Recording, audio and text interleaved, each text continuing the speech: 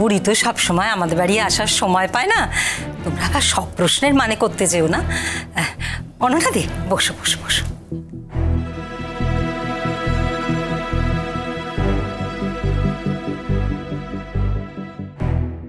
কেমন আছো?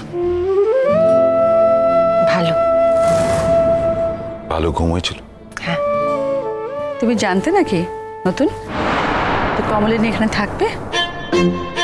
জানতাম।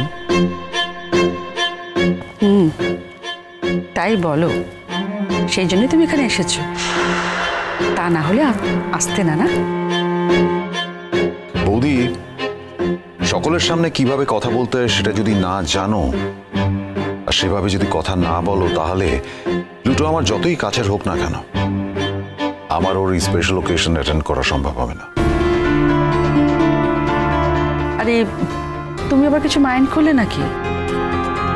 তোমার মন না থাকতে পারে, কিন্তু প্রতিটি মানুষের মন থাকে, সেটা তোমার জানা উচিত।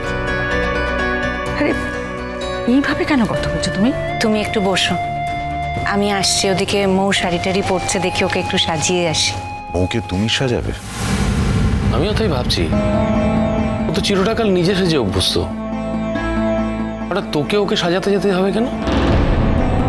আরে আজকালকার দিনের মেয়েরা যেরকম সাজে আমি কি আর সেরকম পারি নাকি?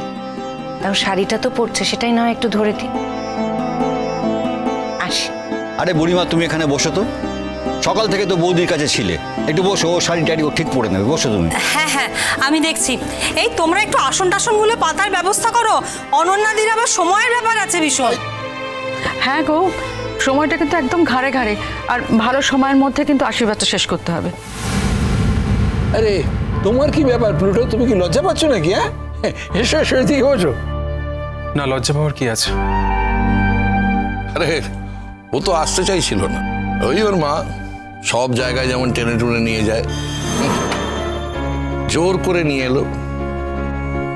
তবে আমি বলছি কি, লজ্জার কি আছে? বিয়ে করতে যখন পারছিস তখন বিয়ের অনুষ্ঠানে আসতে লজ্জা? এতে তো লজ্জা পাওয়ার কথা নয়। দেখে নে বিয়ে করতে গেলে কি কি অনুষ্ঠান করতে হয় সেগুলো একটু দেখে নে, তাই না? এতে লজ্জা পাওয়ার কি আছে? বাবা, তোর বাবার এটাতেই তো সমস্যা, এত বড় ছেলে, তাকে আবার লজ্জা দিচ্ছে দেখো। আরে লজ্জা কোথায় দিলাম তোকে? আমি লজ্জা দিলাম নাকি? আরে বিয়ে করতে পারছিস যখন, তখন বিয়ের অনুষ্ঠানগুলো অ্যাটেন্ড করবি না? না, বিয়ের অনুষ্ঠানগুলো অ্যাটেন্ড করতে হয়, সেখানে তো আবার তুই ছাড়া চলবে না, সেখানে লজ্জা টজ্জা পেলে তো আর হবে না। লজ্জার কি আছে এর মধ্যে? চিরসখা, সোম থেকে রবি প্রতিদিন রাত ৯টায় স্টার জলসায় ও জিও হটস্টারে।